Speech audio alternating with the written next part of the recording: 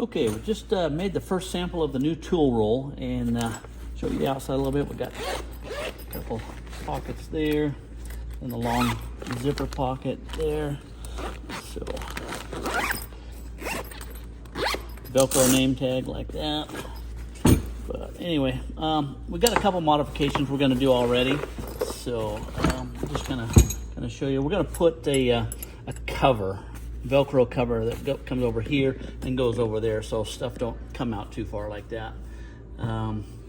These end pockets, they're on Velcro, so if you just need to take take it over there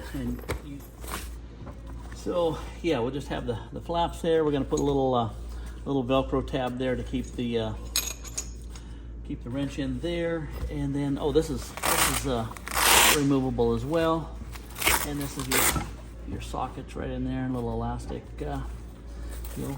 So before we make another one, any suggestions on what you'd like to see added to this? So, thanks a lot. Overland Gear Guy.